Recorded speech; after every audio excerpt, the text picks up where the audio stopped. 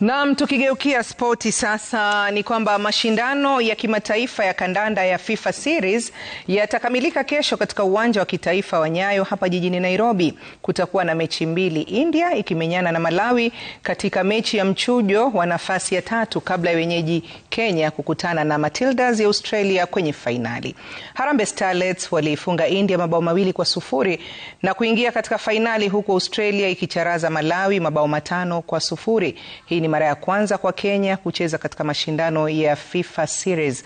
Mataifa 4 ulimwenguni yanaandaa mechi za kirafiki za FIFA Series ambazo zinalenga kutoa nafasi kwa timu kutoka mashirikisho tofauti kucheza katika ukumbi mmoja wakati wa mapumziko ya kimataifa.